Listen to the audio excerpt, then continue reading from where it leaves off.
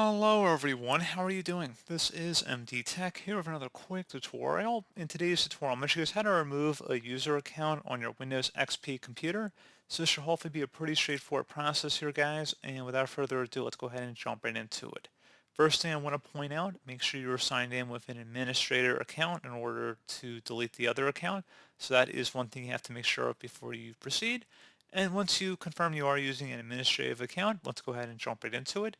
And we're going to start by opening up the Start menu, select Run, type in compmgmt.msc, exactly how you see it on my screen, select OK, and now on the left side you want to select Local Users and Groups, and then double click on the Users folder, right click on whatever user account you want to delete, and select the Delete option.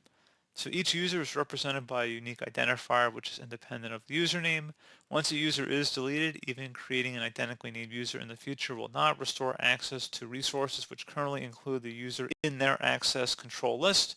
Are you sure you want to delete the user Thomas or whatever name it might be in your case? Make sure whatever account you're deleting has been backed up with all of the files because we're going to be deleting this account. So go ahead and select yes.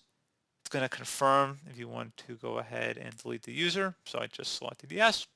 And now if we went ahead and actually logged off, we should see that that other account is no longer present. So I do hope this brief tutorial was able to help you guys out. And as always, thank you for watching.